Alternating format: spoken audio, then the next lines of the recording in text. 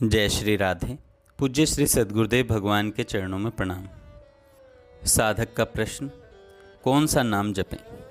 संत भगवान कहते हैं, यह जीवात्मा अनादि काल से इस अनादि माया में उस अनादि परमात्मा के बिना 84 लाख योनियों में जन्म लेता हुआ भटक रहा है। इस माया में इस जीव को अनादि काल से लेकर अब तक स्थायी रूप से कोई ठिकाना नहीं मिला। आज तक इसको जो कुछ भी मिला स्थायी रूप से नहीं मिला। यह जीवात्मा स्वयं में अविनाशी तत्व है और इसको मिलने वाली प्रत्येक वस्तु विनाशी होती है। इसलिए इसको इस माया में कुछ भी प्राप्त हो, इसकी भटकन समाप्त नहीं होती। इस अविनाशी आत्मा को जब तक अविनाशी परमात्मा की प्राप्ति नहीं होती, तब तक ये किसी भी ब्रह्मांड के किसी भी लोक में जाए, उन लोकों में कुछ भी प्राप्त हो जाए, एक न एक दिन वो सब छूटेगा ही। क्योंकि माया जनित अनंत ब्रह्मांडों में कुछ भी स्थिर नहीं है। गीता जी में भगवान श्री कृष्ण कहते हैं, आ ब्रह्म भुवनान लोका पुनरावर्तिनो अर्जुना। हे अर्जुन, ब्रह्म लोक तक सब लोकों के जीव दोबारा जन्म लेने वाले हैं, सब काल के अधीन हैं। जन्म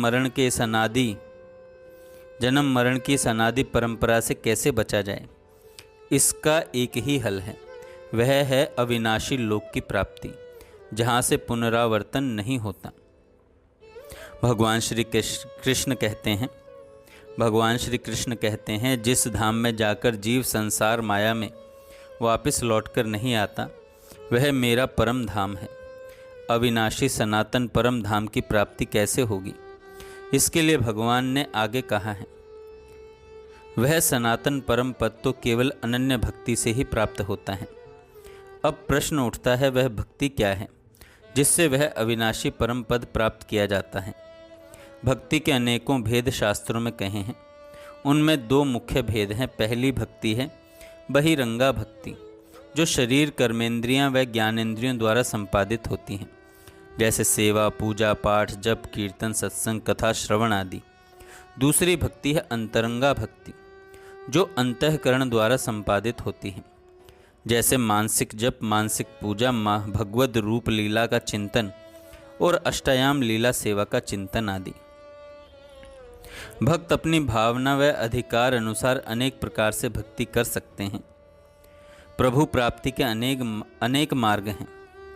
वैष्णव ग्रंथों में भक्ति के 64 प्रकार बताए गए हैं। उनमें मुख्य है नाम जप। भक्ति की इस साधना में सभी का पूर्ण अधिकार है।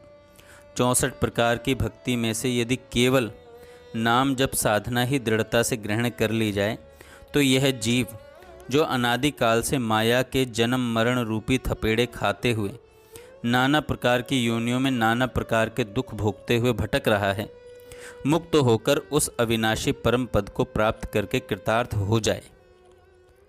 जो जन्म मरण व पाप का नाश करे, उसी को जप कहते हैं। जो जन्म मरण व पाप का नाश करे, उसी को जप कहते हैं। प्रभु के अनंत नाम है और प्रत्येक नाम में अनंत शक्ति है। हम किसी भी नाम का आश्रय ले सकते हैं।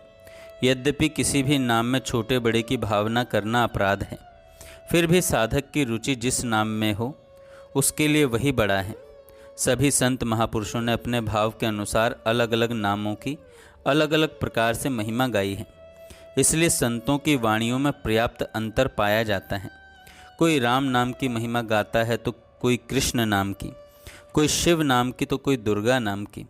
जिस संत ने जिस नाम को जप कर भगवान को पाया, उस संत ने उसी नाम की महिमा जीवन भर गाई है। यह तो उनके कृतज्ञ हृदय के उद्गार होते हैं। किसी भी संत की वाणी सुनकर या पढ़कर हम यह अर्थ कदापि न लगाएं कि जिस नाम की महिमा हम पढ़ सुन रहे हैं, वही नाम सबसे बड़ा है, बाकी नाम छोटे हैं। यद्यपि नाम जप साधना में अपने आप में स्वतंत्र हैं आप। हम रुचि अनुसार किसी भी नाम को किसी भी प्रकार से, किसी भी स्थिति में, किसी भी समय, कहीं भी जप सकते हैं। मंगल ही होगा। फिर भी अगर नाम को किसी संत के मुख से सुनकर उनकी आज्ञा से जपें तो विशेष लाभ होता है, क्योंकि संत कृपा का आश्रय होने से साधना में सहयोग मिलता रहता है। जय श्री राधे।